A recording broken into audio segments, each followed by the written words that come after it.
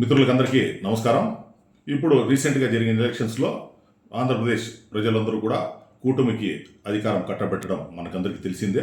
ఎవరైతే గెలిచినారో వాళ్ళకందరికీ కూడా శుభాకాంక్షలు. ప్రజలు మీకు అవకాశం ఇచ్చినారు కాబట్టి ఖచ్చితంగా ప్రజల మనసులను మీరు చొరగనే విధంగా మీ పాలన సాగిస్తారని చెప్పి తెలుగుదేశం పార్టీ నుంచి నేను ప్రగాఢంగా ఆశిస్తా ఉన్నాను.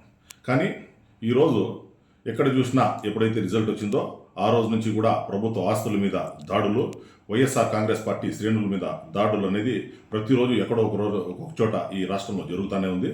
ప్రజలు మీకు మంచి మ్యాండేట్ ఇచ్చినారు. ఎందుకు ఇచ్చినారంటే జగన్మోహన్ రెడ్డి కన్నా మీరు మెరుగైన రీతిలో పాలన అందిస్తారని చెప్పి ప్రజలు మన జీవన విధానాల్లో మీరు మార్పు తీసుకొని వస్తారని చెప్పి మీకు అవకాశం ఇచ్చినారే కానీ ఇలాంటి దాడులు పాల్పడడానికి ఎవరు కూడా అవకాశం లేదు. ఇదంతా కూడా సభ్య సమాజంలో ఎవరు కూడా హర్షించరు.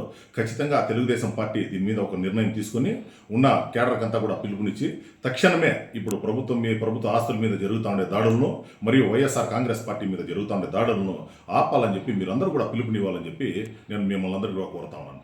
ఈరోజు వీకోట మండలానికి చెంది మిగిలిన మండలానికి సంబంధించి ఎక్కడా కూడా ఇలాంటి సంఘటనలు జరగలేదు. కానీ ఈరోజు చింతించాల్సిన విషయం అంటే జౌన్పల్లి పంచాయతీలో జౌన్పల్లి గ్రామంలో వైఎస్ఆర్ కాంగ్రెస్ పార్టీకి సంబంధించిన సానుభూతి పనులను ప్రభుత్వం సంబంధించిన ఈ శిలాఫలకాలను అంతా కూడా ధ్వంసం చేయడం జరిగింది.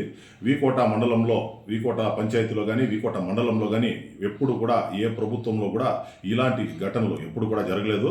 అందరూ కూడా ఎవరైతే తెలుగుదేశం పార్టీ నాయకులు ఉన్నారో, బీజేపీ నాయకులు ఉన్నారో, జనసేన నాయకులు ఉన్నారో, వైఎస్ఆర్ కాంగ్రెస్ పార్టీ నాయకులు ఉన్నారో అందరూ కూడా కలిసికట్టుగా ఒక కుటుంబ సభ్యులుగా ఇన్ని రోజులు ఉంటా వచ్చినాము. అదే సంస్కృతిని ఇప్పుడు కూడా కొనసాగిస్తారని చెప్పి మేము భావిస్తూ ఉన్నాము. ఎన్నికల టైంలో వాళ్ళ పార్టీ విధానాలు బట్టి ఇక్కడ రాజకీయం చేయడం అంతా కూడా మనం చూసిందే. ఖచ్చితంగా మా ప్రభుత్వంలో ఉన్నప్పుడు కూడా మేము అదే సిద్ధాంతాన్ని పాటించినాము. మీరు చేసిన ప్రతి కార్యక్రమానికి మా మద్దతు తెలిపినాము.